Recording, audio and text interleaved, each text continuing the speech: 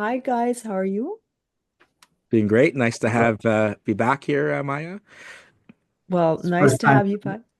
Yeah, Welcome back, John Paul. Very nice to meet you, Justin. And it's very nice to have you guys here as guests on this show. John Paul, you're a returning guest, and Justin, it's your first time, and I will ask you to introduce yourself briefly. But before that, I just wanted to explain that the reason why we're having this interview today, you're both paralegals, is because of the fact that WiCCD, for those who haven't heard yet, WiCCD has now expanded its membership, and now we include paralegals as members of WiCCD. And so I thought that it would be really very nice to have an interview for our paralegal members so they can hear from two very like established and known sources in the world of paralegals. I mean, John Paul, I know that you teach and you're very much invested in teaching your paralegal students.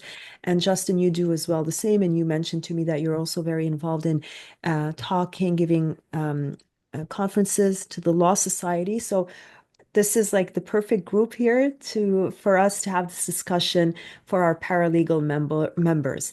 So before we get into what we want to talk about, Justin, if you can briefly introduce yourself. John Paul, you need no introduction, I think. So people know you. You can go watch our previous interview with John Paul, and it was just all about what he does. But Justin, if you can introduce yourself to our audience.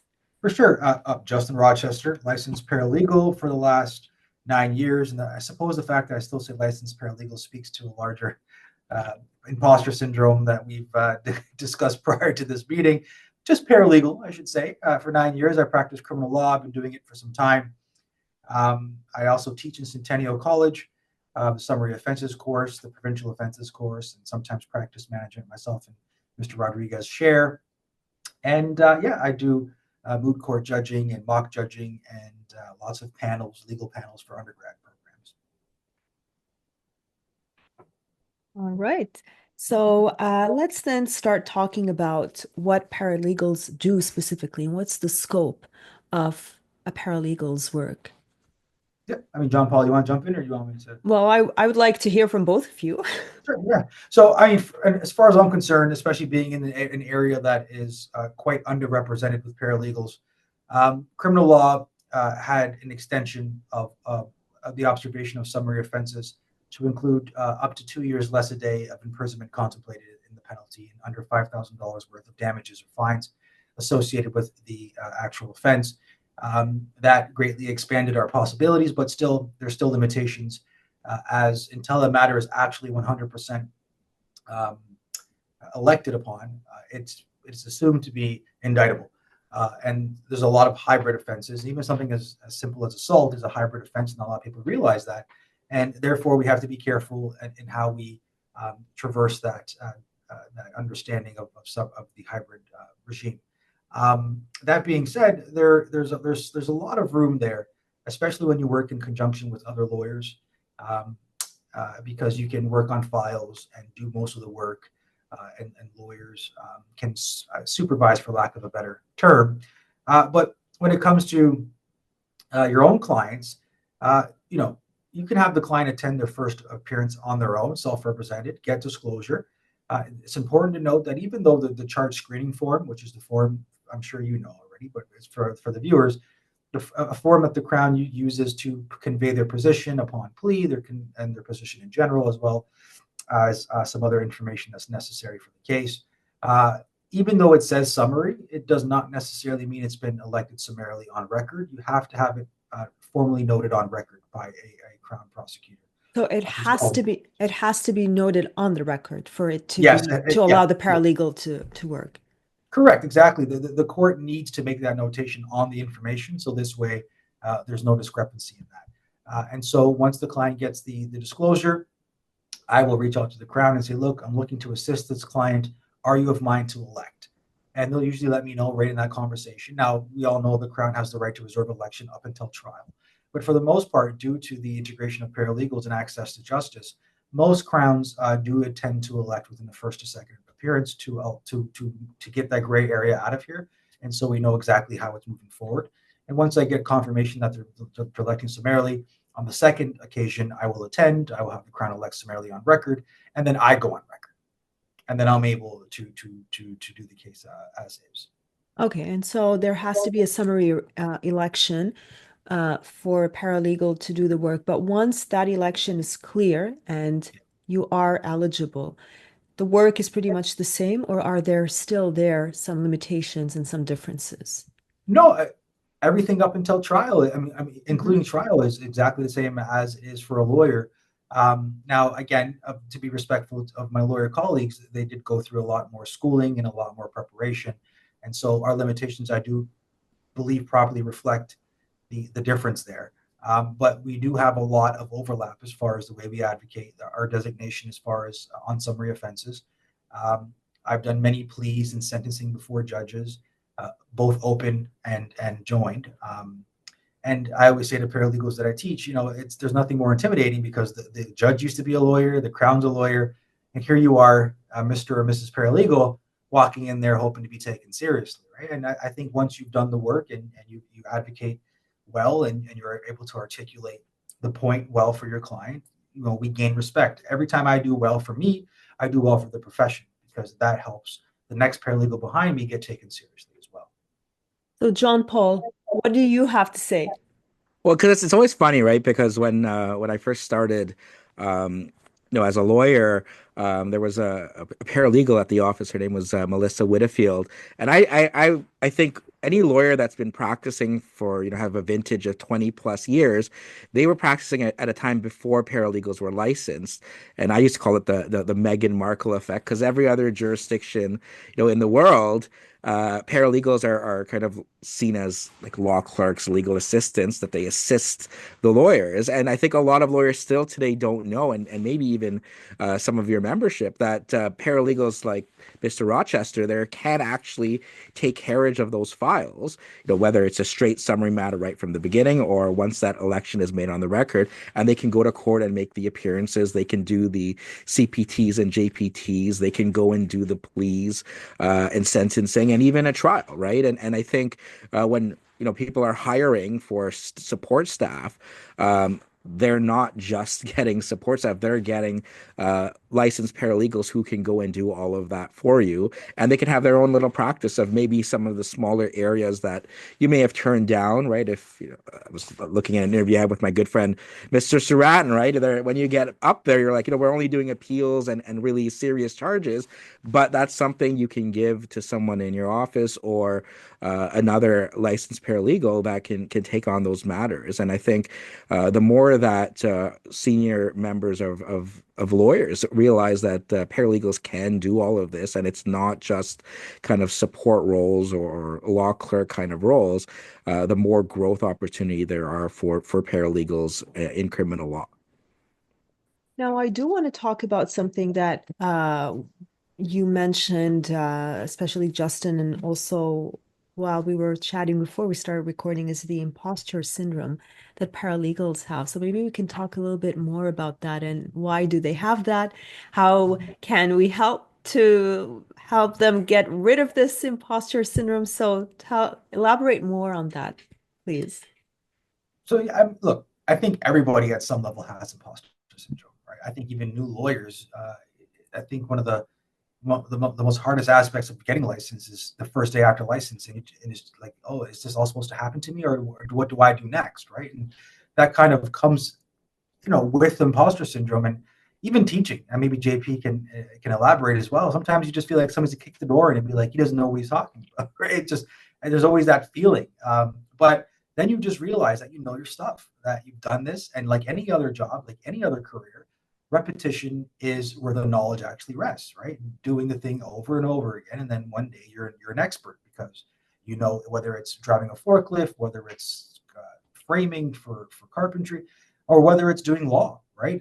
Eventually, you just become an expert in your field, and or even just well versed. And the imposter syndrome, I don't think it ever goes away. I just think you're more quickly able to get rid of that feeling.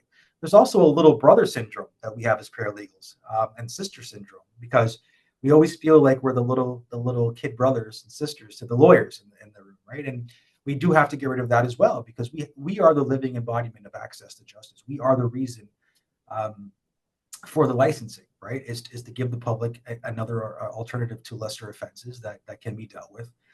And so we need to step up and realize that, that's our role here, that we are meant to be here. We have a place, we belong.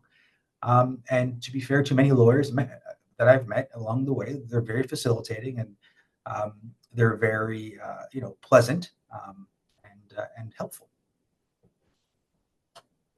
Yeah, and I would add, I think that little brother or little sister syndrome that Justin pointed out, that sometimes, especially because a lot of paralegals that have their own practice, right, and they don't have, those opportunities for mentorship, and so they'll shy away, from areas in criminal law where, again, the potential penalty is up to 2 years less a day.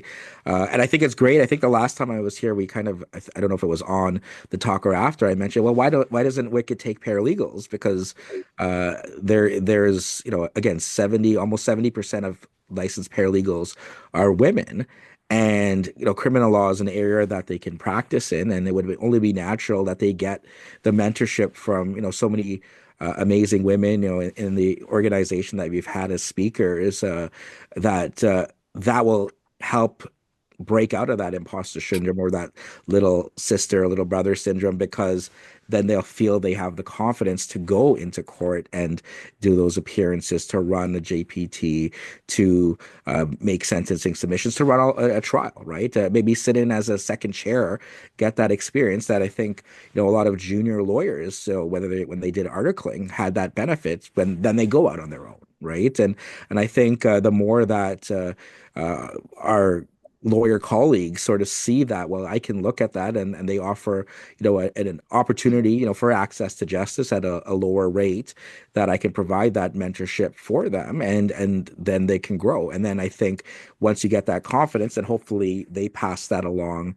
to others. And I think, again, given the numbers, it's an opportunity for paralegals to really thrive in that capacity. And as well, even with the provincial offenses HTA as a subsequent thing, right? Think about if you get an impaired charge, there's likely also going to be some careless driving and things like that. That, again, you can have all of that taken care of in your office by having a paralegal in there that can go in and take care of all that.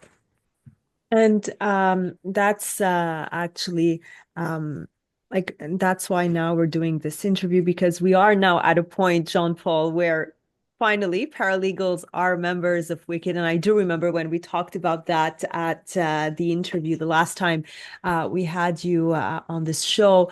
And that was something that we were thinking about on the WiCCD team, but now we're finally there and paralegals are joining. We're very happy to have them as members in our group. And I think it's mutual. I think a lot of paralegals are very happy to join WiCCD. Now, I do want to ask a question. It may sound like a stupid question, but I honestly don't know what the answer is. But do you guys also, can you accept legal aid? How is the retainer when it comes to paralegals? Yeah, we don't get legal aid. Okay. Paralegals have no claim to that fame. It's mostly private retainers that we get that way. Yeah, unless I know JP works with legal aid, unless you have counter information on that. No, I mean, I think obviously they can work in, like a duty council or some kind of office. Yes. Like they can work for, I mean, there's paralegals that work for the various legal clinics.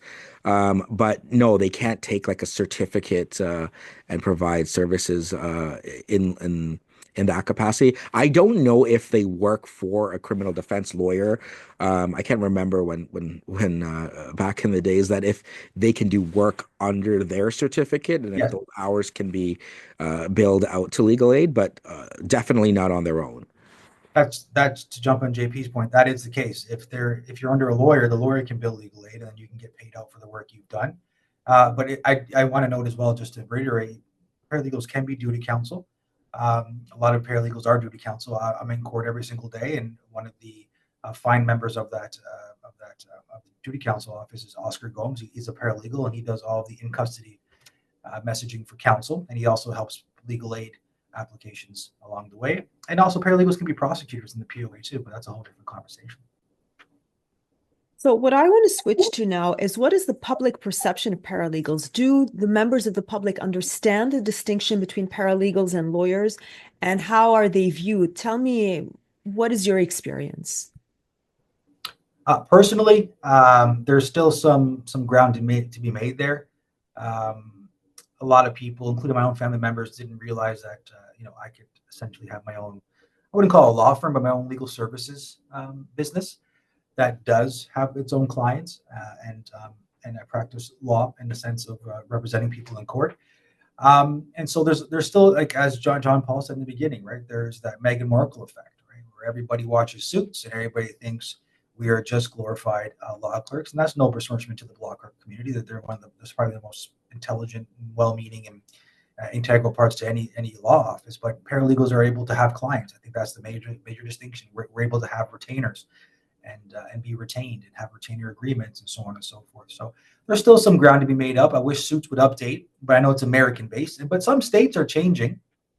Uh, there is a widespread new view of paralegals in their place, including some provinces I think are gearing up to follow Ontario's suit. So yeah, I think there's still some ground to be made up there.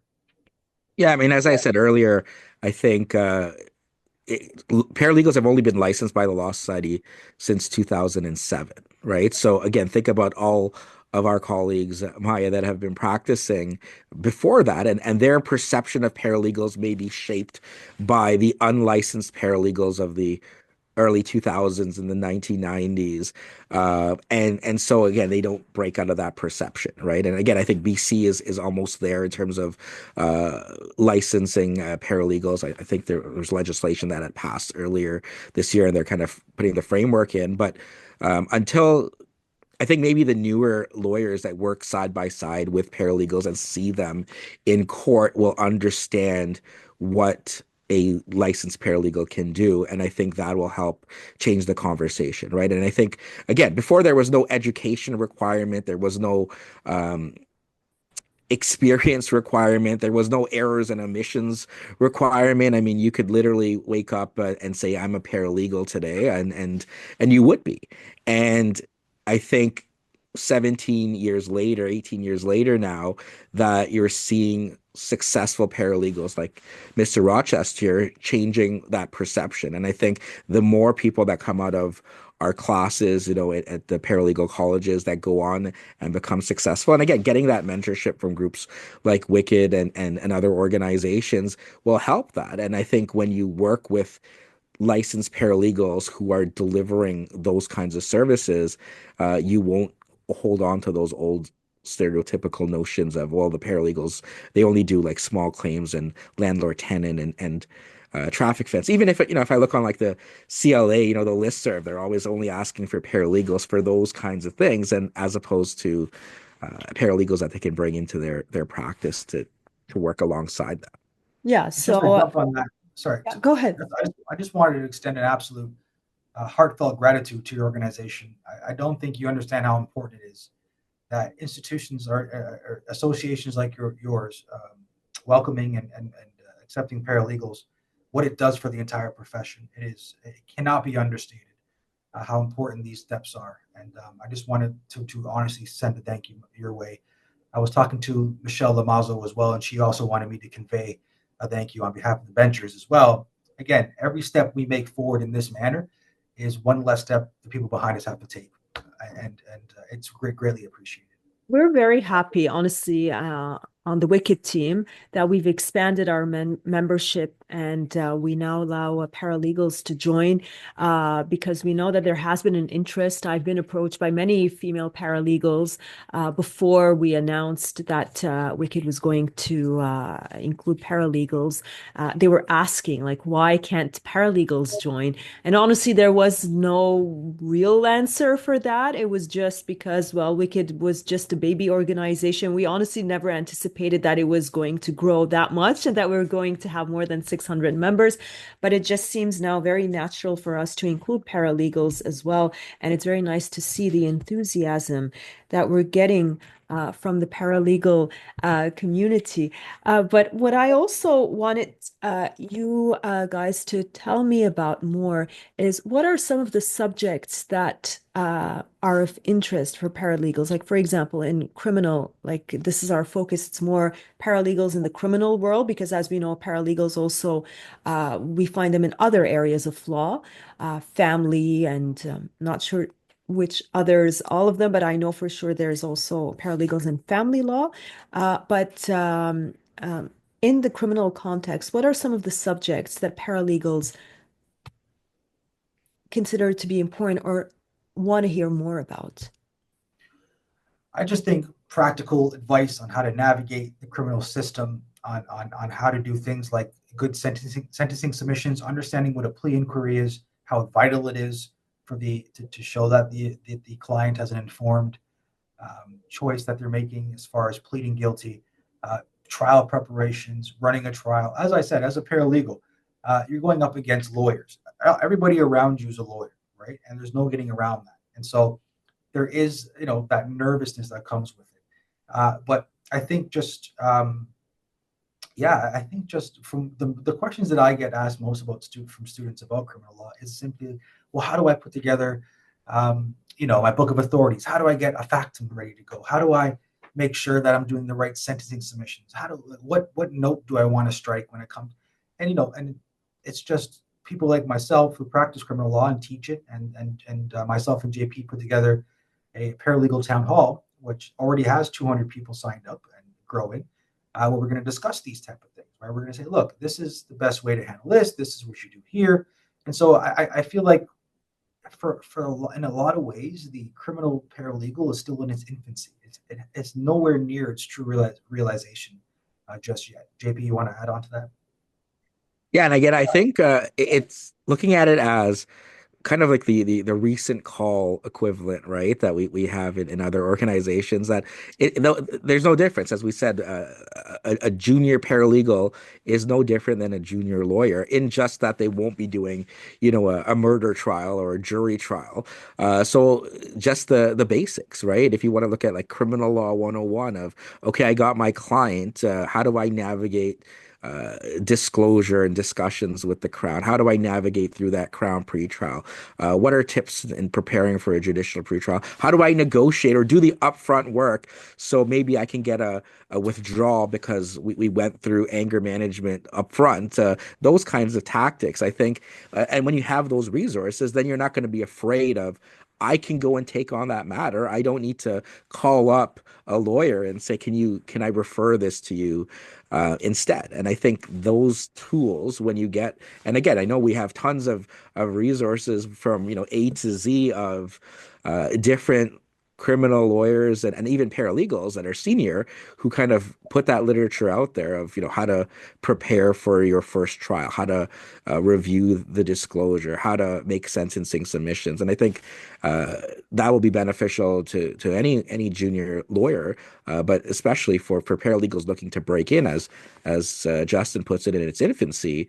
Even though it's 17, it's still a teenager, right? It's still not quite there in terms of having the longevity of, I mean, I can't even think of it, and perhaps Justin, I don't know if you know of anyone, 20 years in the profession, or 15 years in the profession doing criminal law. I mean, you might be one of the few that have been doing it for that long. And so I think as that grows, then you'll get the more advanced interest in the same stuff of like how to do cross-examination, right? I mean, all of the stuff that as you grow, you want to get those nuances. But I think just starting with the basics will go a long way. And I think again, anyone can benefit from that. Any recent call, right? A lawyer or paralegal, and certainly you've been doing some amazing things, Maya, right? I remember when I wrote that nomination for the Clawby years ago, right? Or it's almost 2 years now, right? That look at how much you've accomplished, right? And I think you should be very proud, and Wicked should be very proud of all of the things that you've done. And again, the more resources you have, the better it's going to be for the profession, lawyer or paralegal. And again, it's one profession. That's why you, even as a lawyer, people always ask me, "What are you doing in these paralegal spaces? Why are you having a paralegal town hall?" Well, because I think it's important that we look at the interconnection between lawyers and paralegals. I mean, there shouldn't really be a distinction. Yes, we racked up more debt, Maya, in school than maybe Mr. Rochester did, but I mean, ultimately we can do the same things, right? And I think if there's more collaborative efforts, and it takes more lawyers like ourselves to kind of bring the paralegals into the discussion, because of course, if there's that potential pushback of, oh, they're kind of encroaching in on our spaces, and they went to school for, 2 years, and I went to school for 10 years, and what do they know? But I mean, it's not helping our profession grow, and I think it takes more allies, lawyer allies, to support, and certainly a lot of gratitude for Wicked for extending that membership, because now you're going to see hopefully more paralegals in there, and they're going to get the benefit of all the great things you're doing to grow. Well, that was exactly what my next question was going to be, is that for some lawyers, I know not everyone is like that. I don't have that perception, but I am aware of the fact that some lawyers do view paralegals as a threat, that they're going to be taking our work away, and that's why some lawyers are maybe a bit resistant to having paralegals in the profession, in criminal law, and or expanding what they do.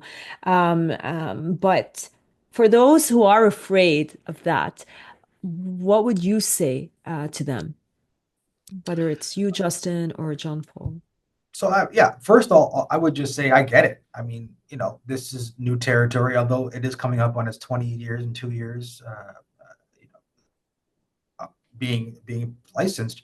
I totally understand, right? You guys go to 10 years worth of school, and as JP said, and you rack up all this debt, and you put in all this hard work, and then here comes some paralegal 2 years in, thinking that they're on the same level as you. But I can just tell you, as a paralegal, we do not see it that way. We understand our role. We understand that you, as lawyers, have your role, and we are highly respectful of your role. And we know that we're in your playground. We know that. We know that we're asking to use your basketball court, and we get it, right? And so I just want lawyers to understand that our intention is to not take anything. It's just to add another access to justice for the public, right? I mean, lawyers, their fees reflect their years of schooling and their overhead and everything they have to deal with. And that's totally okay. And it's not for me to say it's okay, but it's understandable.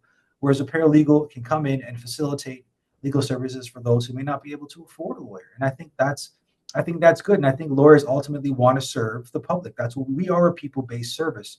And I think for the most fair-minded lawyers see us as a realization of that, of just helping the public traverse the legal system in a more affordable manner. And for more serious offenses, uh, I think the money and the restrictions reflect the fact that lawyers have put more work in. And I totally agree. I don't think a paralegal should ever touch a murder case. It makes no sense to me. I don't think a paralegal should ever touch a assault, a gun charge. It wouldn't. I don't think we and many of us don't believe that either. I do think there are some odd decisions as far as immigration, when we can do refugees who are facing death and persecution at home, but we can't do immigration for a student visa. I think that's a little, inexplicable. But as far as us understanding limitations, we totally do, and we respect lawyers more than people think. I really do think. John Paul? Yeah, I mean, to add, I think again, you don't have to look at it as a sort of us versus them mentality, right? I think, and that's the mistake, right? It's like, look, we can expand the pie. I think it's like an ADR term of, we're not fighting for the same pieces, right? I mean, I think that's the story is like the two sisters who want to make one wants to make a cake, so they want the orange rind, and the other wants the middle to make orange juice, right? And that's the analogy that I'd put here, right? Is because again, look at if you have a small law firm, or you're a sole practitioner, and you must get calls from clients who have minor criminal charges, and again, when you do the cost, you're quoting them 5,000, 10,000 maybe, and they're like, well, we can't afford that, and their only other option is either they get support from duty counsel, and then that might not be the best result because of the lack of resources with legal aid, for example. But if you had a paralegal in your office, you can keep it there. You can maybe look at a lower rate. Paralegals will get that experience then. They could potentially run a trial, even if it had to go that route. And it would be affordable for them, and it wouldn't be any cost to the lawyers, right? I mean, it's not necessarily they're not competing for the same cases, I think, right? I mean, at least at this stage in criminal law. Maybe in other areas it might be different, and in small claims court or something, or um, but I think again, same with provincial offenses in underlying HTA infractions. Maybe there's a stunt driving charge with the impaired or over 80, right? I mean, again, you can look at having a perspective of they're adding it's added value to the firm or added value to your client that some of those services can be done by a licensed paralegal rather than, well, I'm only going to handle the serious criminal charge and anything HTA related you'll be on your own for, right? I mean, if you look at it that way, then you don't see this threat. You see it as a collaborative and also an area to help grow that profession, right? And help grow paralegals. So then maybe put them as second chairs, right? And then they're getting experience, you're getting experience. One of the things, when I was articling even or first, as a junior lawyer, they would just say, hey, it's great to just to have you sitting next to me so I can bounce some ideas about my trial strategy, right? And I'm like, oh, I felt always out of my element, but if you're saying, hey, it's great that you're adding something here, there's a benefit to that. Even just taking some notes down, right? And discussing those kinds of points. I think if you look at it as collaborative and not sort of a us versus them mentality, us lawyers can benefit from that and not see them as competition, but see it as a way that we can all benefit, right? And if it's mutually beneficial, then what's wrong with that? Well, and to add to that, I mean, I find that right now, especially, is a very good time to have more paralegals in the profession because one thing that we're seeing in courts is this backlog. We have so many cases that the crowns will want to prosecute, even if they're simple cases that could very easily be resolved, but they don't want to. So it just adds more to the workload of lawyers, and it's just becoming too much for any lawyer to handle all of these cases. So to have paralegals take on these cases that they're able to take actually helps a lot because we have too many cases in the system and not enough people working. So I find like it's good that we have also paralegals who are there to assist. But I wanted to ask you guys, are you aware if in the paralegal world there is the same problem that we're facing in criminal and in criminal? Specifically, what we're seeing in criminal defense is especially many of our female members are leaving the profession because it's too intense. There's a lot of work. We're not properly paid. Is this also something that we're seeing in the paralegal world, or it's not to the same extent as we're experiencing in criminal defense?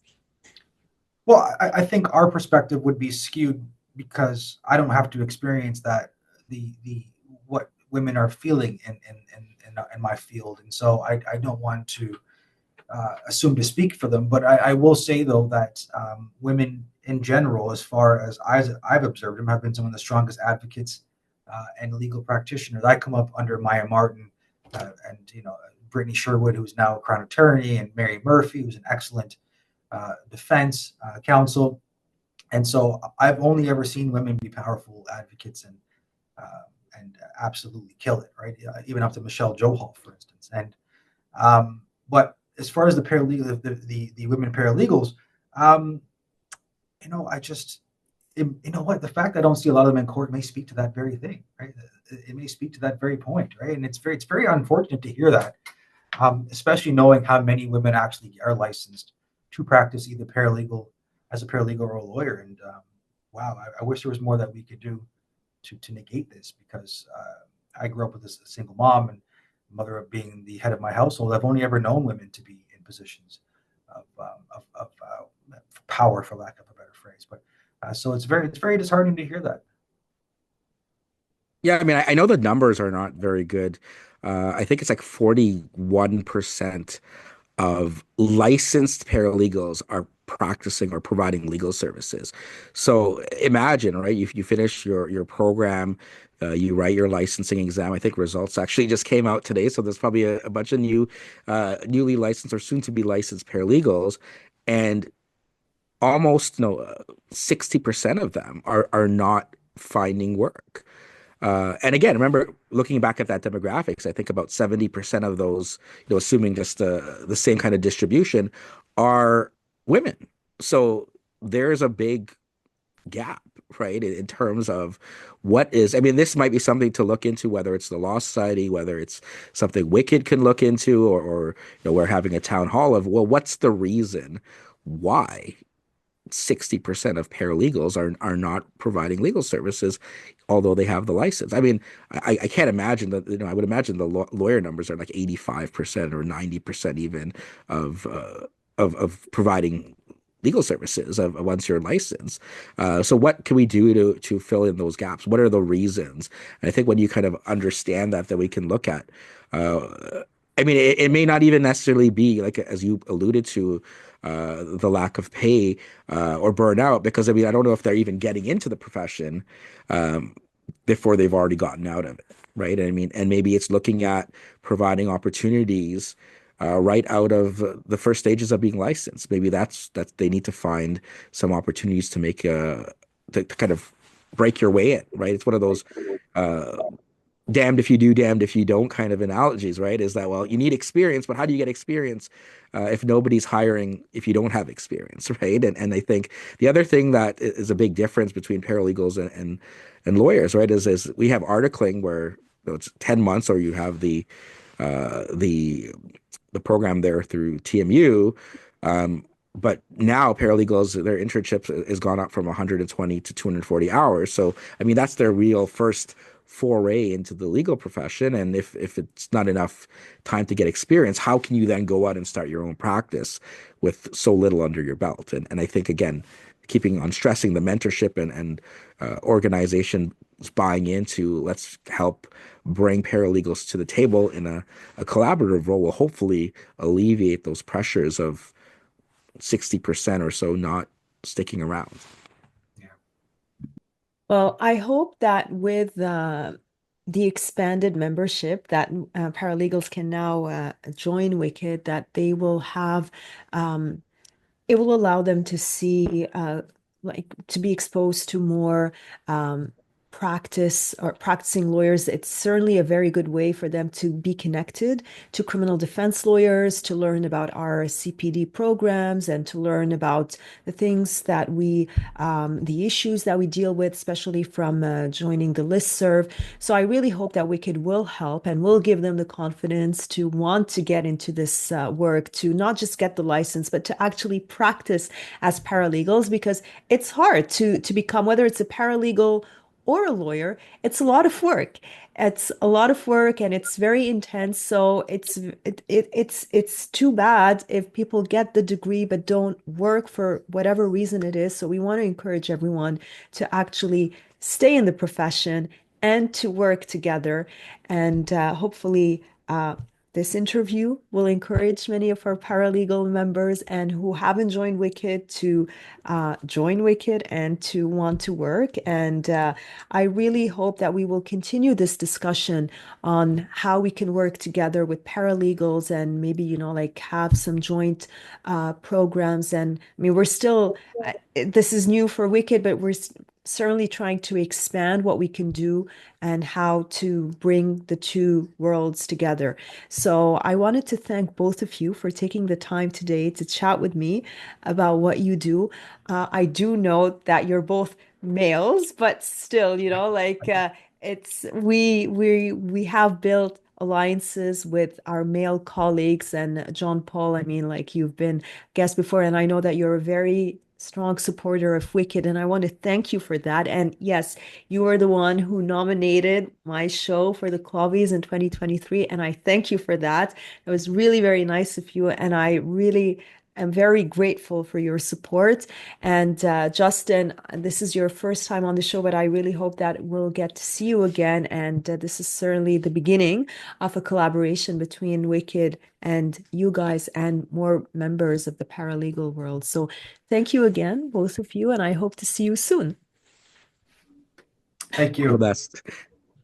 Thank you.